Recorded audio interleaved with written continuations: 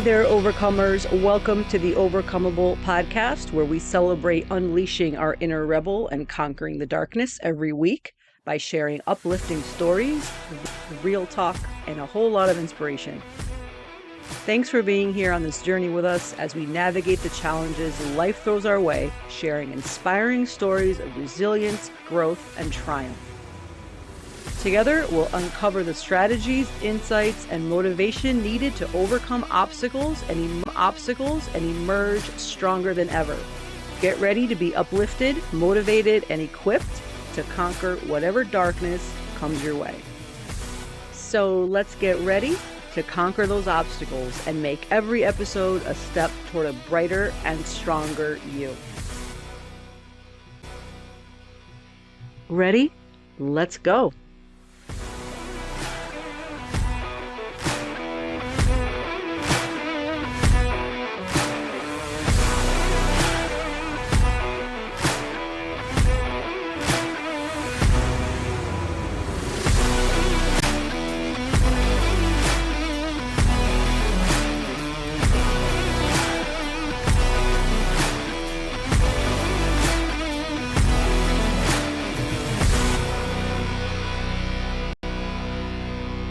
Hello, beautiful souls. Welcome to another episode of the Overcomable podcast. This is Trish, your host. Our guest today is Claudia Braun. Claudia is a holistic mindset and lifestyle coach. And after years of trying to please others, Claudia realized that what she was doing wasn't working. So she began her way. And over the last 20 plus years, she has put together tools and strategies to free her clients from the old programming and the expectations of others so that they can have greater peace, fulfillment, and flourish. Thank you so much, Claudia, for being with us today. Thank you, Patricia, for having me. It's a delight and a pleasure to be here. Thank you. So, when you hear me say, are you run by guilt? Are you run by obligation? If your answer is yes to either of those, that is a powerful place to connect with you. Because what brought me to do the work I do, which is to who are good at pleasing others and taking care of them, but not as good at taking care of themselves. That is the passion that I have. So my story kind of starts as I was sitting actually in my boyfriend's therapist's office, and the therapist said to me, so what's your problem? Why are you here? And I said, I don't know how to please my boyfriend and my family at the same time. Mm-hmm. That was running me. That feeling like I had to be what others wanted, feeling like I had to be what others wanted me to be, had me being somebody that I was not. And I'm going to tell you, Patricia, that actually a light bulb went off in my head when I saw him look at me like, I didn't know why that look was there, but I knew he knew something I didn't know. And, from now my perspective over here, I get it. But at that time, that was a legitimate issue that I struggled with, was how do I keep people happy? And didn't think about how do I keep myself happy. Mm-hmm. And I had become somebody that others wanted me to be and not who I really was. And I used all kinds of things to keep me from myself. Food, relationships, smoking, all kinds of stuff. Wow.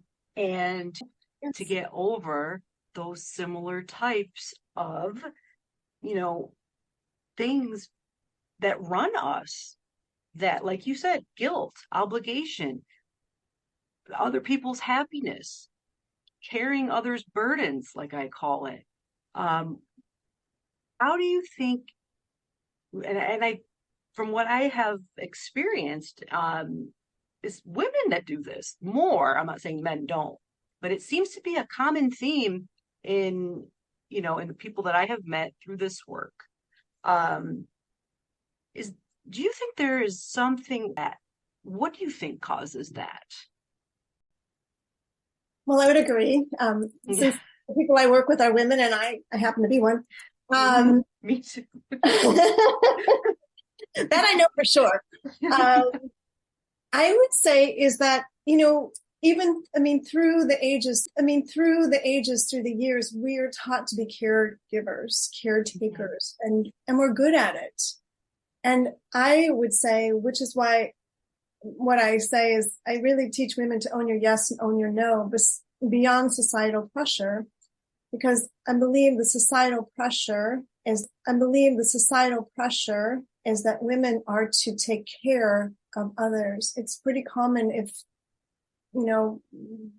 couple has a daughter, they expect it's the daughter who will do the caretaking. If there's an elderly parent or there's issues going on, it's the daughter that they turn to for children. So it's innate within us, right? We are the ones who give birth. We are the caretakers. And when we don't have good role models or good boundaries, that becomes something that becomes a liability.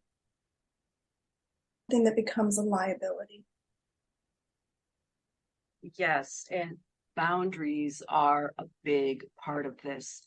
Growing up, I don't know why, if it's girls in general, aren't taught to have boundaries and grow as we grow older and we grow in our, our sense of self.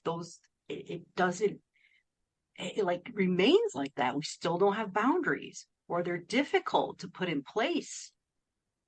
Is there anything that you can share that might help with creating them, not just creating them, but like sticking to them? Right. That's what's key. Because I always tell people when I start working them is that you might know what to do, but the fact that you're not doing it is why we're having this conversation. Right.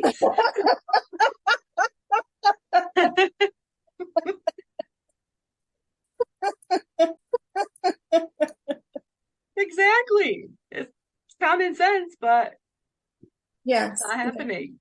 Yeah, right. So one of the key things is that, when I said is that encouraging, right? I teach people to own their yes and own your no, be patient. The programming that we grow up with, there's a program that teaches us you should feel guilty that if you were an oldest daughter, you're not taking care of your brother. You're not taking care of your sister. You're not doing this. You're not doing that. You're not being nice to the neighbor. You're not doing that. You're not being nice to the neighbor. There's so much programming. There's a certain way to be. And maybe you don't really like the neighbor. Maybe she's not a good fit for you. You don't have anything in common with her. But you're supposed to like her and be nice to her, which is not a bad thing, but so there's this idea that you're supposed to kind of override your own internal voice to adhere to what is expected of you. I have a client, for example, who, she's the oldest of seven. She's the oldest of seven. And she grew up believing she was to take care of the younger children. And she grew up at a time where she didn't feel like she had a voice. She was to be seen and not heard. So, right? She's hearing now, but it was very common at that time that children had a place and that they were not supposed to step out and be authentic, be real, be sticking out. They were to fit in. Right. So when you've had that programming since you were a child, owning the programming. And I have people sometimes just write out, what are the things that you are saying to yourself? Because those things that we say and continue to repeat become our mantra. But first, I always tell people it's a 3 But first, I always tell people my clients, it's a 3-step process to change. It's awareness, it's acceptance, and then it's action. If we're not aware of what we're doing and what we're saying to ourselves, we can't change it. Right. You can't change anything. Right. You can't change anything that you're not aware of. That is for sure. And acceptance is a huge part of it because you're accepting, okay, this is the way it is. Now what do I do? Instead of believing a lie over and over again. Anything about the lie doesn't change. Exactly.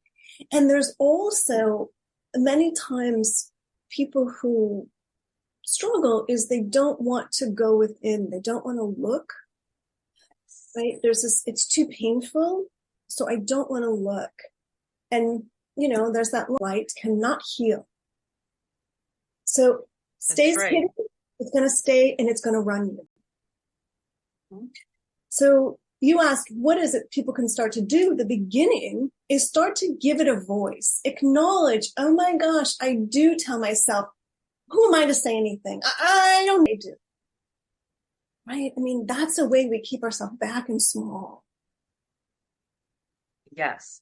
Would you call this shadow work? It's kind of something that I call it, like that shadow work that you go into that dark place and you bring it out into the light. I mean, that isn't a word that I use that isn't a word that I use, but I know that people do use that. In my, for me on my spiritual path, I know that if I want to work with spirit, if I want to work with universal forces, I need to acknowledge what I need help with. And if I don't acknowledge this, I need to acknowledge what I need help with. And if I don't acknowledge it, I can't be helped. And I'm going to tell you, this is what kept me stuck for a long time. So you and I spoke a little bit before that one of the things that got me onto my path is I struggle with my eating. And I struggled with, I was an overeater, I was an undereater, I just had food issues. But I didn't want to tell anybody. I wanted to pretend I could handle it myself. I did what many people do. I was on lots of diets. I'd lose weight, I'd gain the weight. I'd lose the weight, I'd gain the weight. So food was my issue. But I didn't really want to talk about, as I used to say, do a Band-Aid. I wanted to do a diet.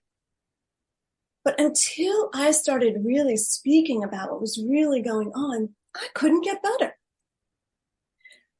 So I had to bring it to light. I had to acknowledge to somebody else, I can't fix this. I've tried. I cannot fix this. Then, but that was acceptance. I had the awareness. I kind of knew I struggled with my eating, but I didn't really want to deal with it. I'm like, okay. I'd go awareness and then put it away. Awareness, go on a diet. I mean, I didn't have acceptance. I didn't accept, oh my gosh, this is me. I didn't accept it. Gosh, this is me. I didn't accept it until I accepted, you know what? I am struggling with my eating. And you know what? I can't fix it. I've tried. And I'm very deliberate and very persistent person. And I tried and I couldn't fix it. It was only then, once I got to pure acceptance, to me, acceptance is surrender. Once I said, fix this, I give up. As they say, call uncle, I give up. Then I could get help. What would you say to any people struggling out there right now with a similar condition, an eating disorder, or anything with a similar condition, an eating disorder, or anything really where they don't want to accept what's going on? They keep trying, like you said, this diet, that diet, anything that is, like you said, a Band-Aid without coming full. Probably don't want to be in that space, in that painful space. Is there anything you can say to encourage them that it's okay, it's safe? Any kind of strategies? So I'll tell you, and I love your question because what comes to mind is that when I first started I'm lucky. I'm clearly way over 40. But I was in my 20s when I started to get help with my eating issues. But I would say my issues were really my relationship problems. I struggled in relationships. which is why I was in my boyfriend's therapist's office. Which is why I was in my boyfriend's therapist's office. My issues were with people. I didn't know how to say yes to me. So I'd cover it up with food and then I'd gain weight. So for me, my issue, what I thought it, as they say, the problem you think it is probably not the problem. For me, I thought it was weight. I needed to lose weight. Diets. Well, you can't fix a problem if you're fixing the wrong problem. It wasn't like I just didn't know what to eat. I knew what to eat. I just ate too much when I was stressed or was sad or emotional. I couldn't deal with my feelings. That was the problem. So what I would say is that there's a line that says, what you resist persists. So you could pretend it's not there, whatever the it is. If you've got relationship problems with your partner or your kids or your husband or your work, you can pretend they're not there. But I know from having lived through many issues, it's intense to live with that every day. My eating was intense. My relationships were intense. I was not happy. I could pretend I looked fine, but I wasn't happy. It was all pretense. So I would say the pain of going through it is pain of living the life I was living. Wow. That's a powerful thing to say because like we said, it is a painful space to walk into, but it's not as painful as if you continue down the same way, the same road. As painful as if you continue down the same way, the same road. Thank you for that. And in your work now, your holistic mindset and life coach work, how do you assist your clients in this type of, what kind of results do you see with your work? Is it usually a relationship-based? I'd say it's a couple things, right? It's always about their relationship with themselves, right? Yeah, it always is, good right? point. And so I would say that people come to me because it can be a weight issue. It can be a health issue. They got scared. They know that they should be making changes. They're not, because I'm really a lifestyle coach. I help people change their lifestyle. And so people usually come to me and it's never changing. So where I start with my clients is really helping them, and people really appreciate the first session I do with them is we really look at all areas of their life where the balances are and where the imbalances are most all the time. People don't take the time to look at that, like to get like an overview. And when they get an overview of where their life is, they get a better idea of why they're not happy. And that was true for me. I didn't know how out of balance I was. And it wasn't until I got help that I realized, oh my gosh, there's a lot of things going on here. I didn't realize. It's a lot bigger than I thought it was. But that's okay, because we're not meant to see all of that at once. All in small incremental stages. So what I do with my clients is I give them incremental stages. So what I do with my clients is I give them a window of that, and then we work on small incremental change that they can make every time we work together, that they can start moving forward with so that they can start to see results. And we work on, I use a way of the emotional freedom technique to clear emotional patterns that are stuck. Because just because I say I want to be positive, it's not going to happen. Try to change things myself, right? It doesn't work that way. And so if you're listening, not changing, thank you. Right? Keep affirming, I'm positive, I'm happy. No, it takes work to bring out this stuff. But I'm going to tell you, it's work that is the most worthwhile thing you'll ever do in your life. That's my humble opinion from both sides of it. And I agree with you 100% because like we were chatting before, I did this kind of work too. It is painful, but it will bring you to a place where you need to be or where you're supposed to be, instead of that place where you're living for others or trying to please others and living in these other, like we said, living from guilt, living from obligations, and just pleasing, trying to figure out how to please and then getting out of there. I believe, and like we said, it's not easy, it takes work, but it's worth it, and that work will bring you closer and closer to your authentic self.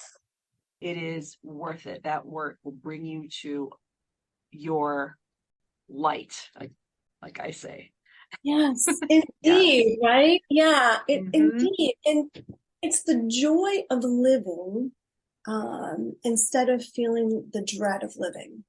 And right? That dread is not, if anybody's listening, like you said, and you have that, please know that a joyful life is possible and that there is light at the end of the tunnel. I know we're running out of time, so Claudia, if you could please leave your information for the audience to find you either on a website or social media.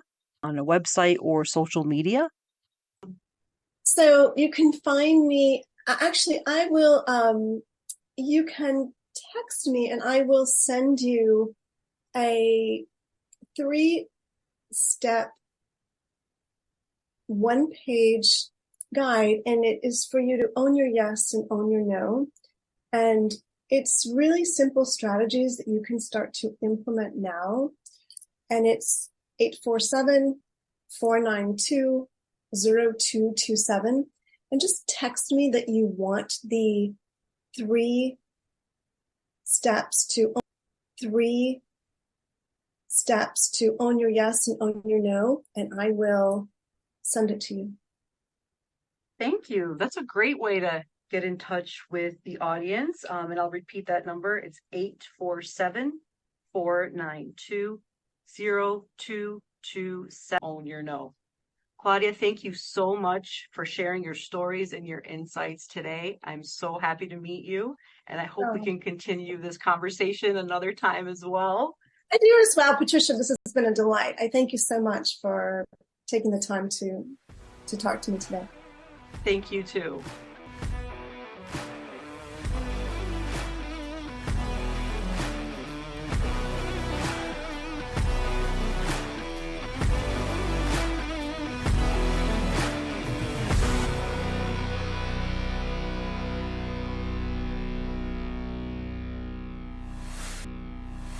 Thank you for tuning in to the Overcomable podcast today and for joining us on this empowering journey.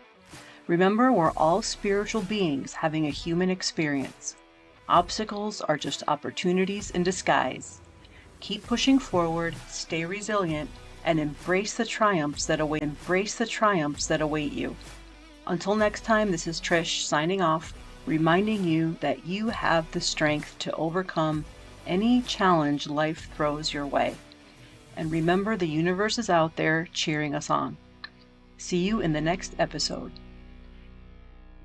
If you would like to learn more about our mission, please visit our website at www.overcomable.com, where you can also find some inspirational and helpful resources to help and empower